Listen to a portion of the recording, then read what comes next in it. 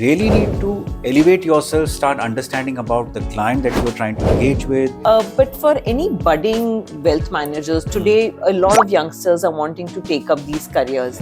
So, for any budding wealth manager, what would be your one single advice if they want to get into family office? I'll give two advice for Okay, two different set perfect. of people.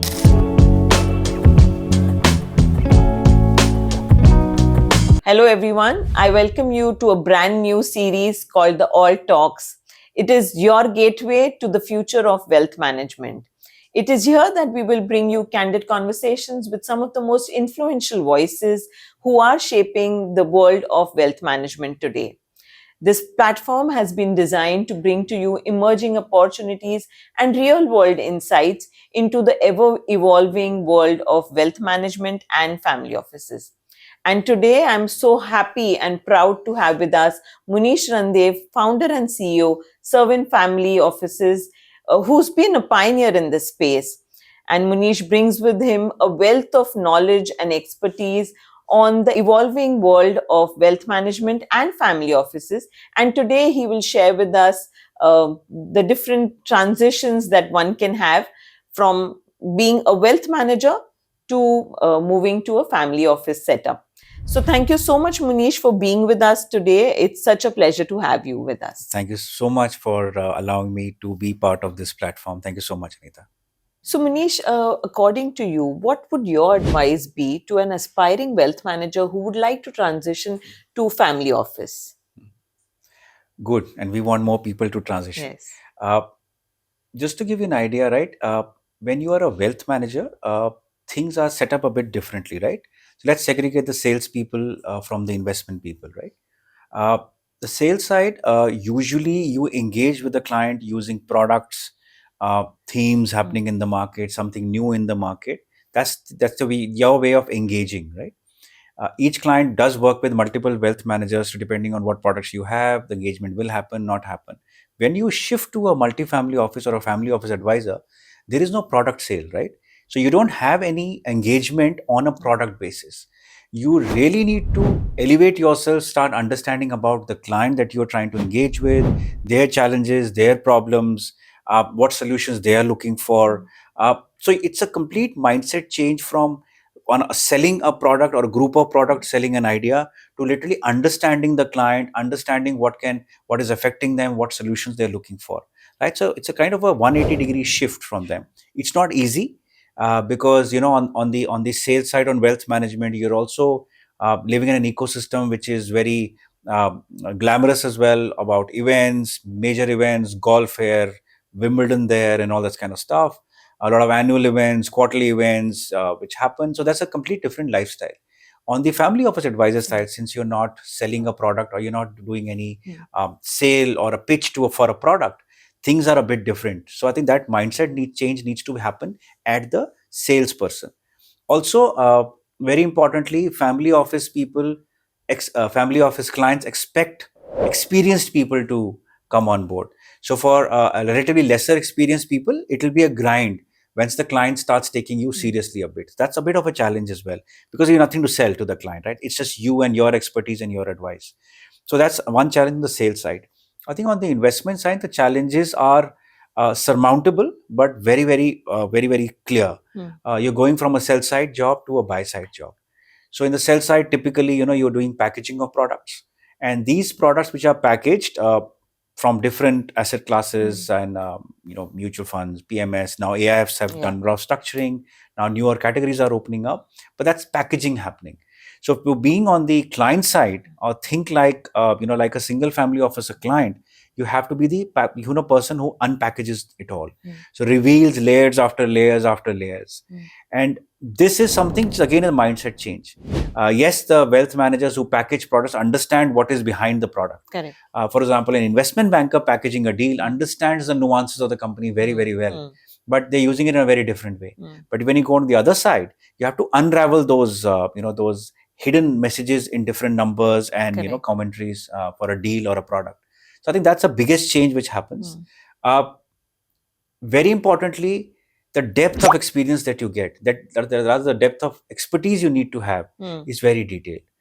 Do remember, when a client expects you being an advisor, they expect you to know everything, right? And not at very superficial 30,000 feet level, but at very deep level about that product. So the client keeps on asking you about deeper insights into the product, comparison, get, layer by layer, getting deeper into a product. You should be able to literally have conviction and give that message to the client very, very cleanly at as much depth the client wants to know. Because if you don't know the product, that's the only time we're not able to even inform or communicate about that product to that particular client of yours. So that's also very important. You will not be able to fly high and just touch upon products and just sell just because pitch decks are good. But you literally have to literally tell the client what was the pitch about, where does it fit into the portfolio, what did we check, what were the objective and subjective checks in the portfolio. I think that's something which is very, very important for a client. So for sales guys, complete 180-degree shift on product sales or product based engagement or market based engagement to more family based engagement about what are their problems, solutions and all. On the investment, I'm shifting from a sell side to buy side. I think that's very, very important for anybody who wants to join this stuff. And this is more of a mental change rather than changing your expertise you can get by training and all that stuff. I think it's more to do with your attitude, which needs to change. That's a wonderful advice. So my last question to you is really going to focus, it's a bit of an overlap between what you've said, but for any budding wealth managers today, a lot of youngsters are wanting to take up these careers. So for any budding wealth manager, what would be your one single advice if they want to get into family office? So I'll give two advice for two different set of people. If you are a younger if you're a younger person, you're a younger professional, right? You need to realize what you really want to be in the next 5-10 years. Now, it sounds a very cheesy question. Where do you see yourself? But I think it's not about where do you see yourself, which is a space you want to specialize in over the next few years. So if you are working in the investment space, you should understand that there's a huge transition of wealth happening from the older generation to the new generation. New generation thinks very differently from the older generation. They want to do their wealth very differently, structure their wealth very differently from you. If you want to be part of that, you need to literally begin your next now. Take a call, but you'll have to spend time for this transition to happen as well. That's for the younger guys. So younger guys need to make sure they are deeply their understanding is quite deep on the investment side, on the family business owner side. Do remember that family business owners who run family offices of theirs, investment is part of the job. Part of the job is beyond investments, about family dynamics, family governance, succession planning. And the wealth gets killed in family businesses because of conflicts. So you should need to understand the behavioral and the family dynamic side of the part as well. This you can learn over a period of time, but you need to start somewhere. So I think that's a beginning. It should be there in the head of the younger professional. When do they want to make this transition and work towards this transition happening? For the senior guys, I think they, at a certain point in time, right, you start becoming a bit of bored with what you've been doing. If you've been selling mutual funds all your life, you've been selling same PMSs, same AIF, sell more. I think after a while in your life, you, as I said earlier, you need to again begin your nest in a very different way. This is not something which you're not a budding guy. You're an experienced person, right?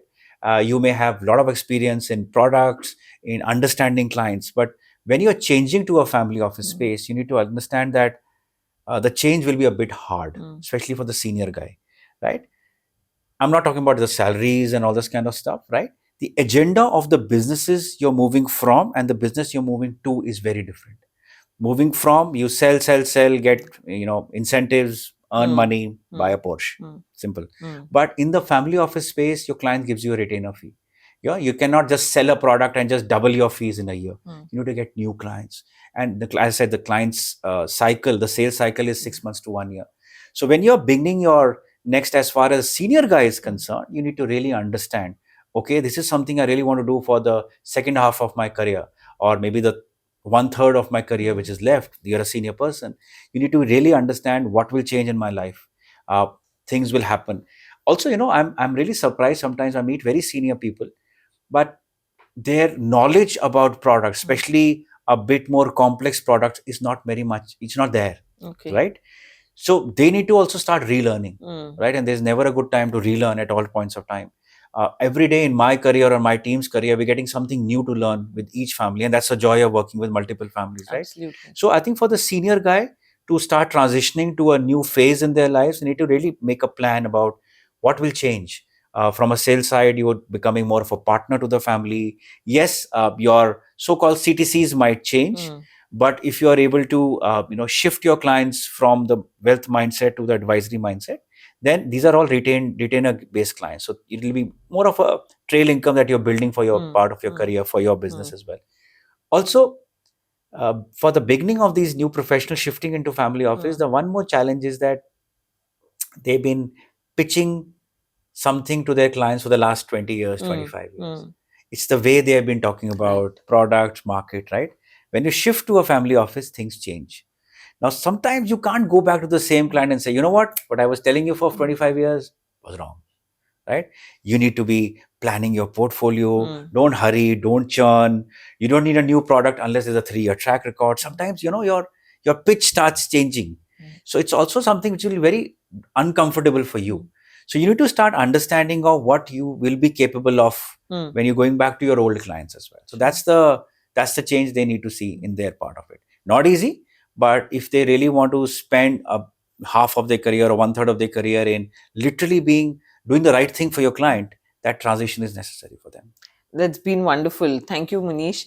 As we wrap up today's conversation, which has been it has been a big learning experience for Thank me you. personally, such an interesting conversation.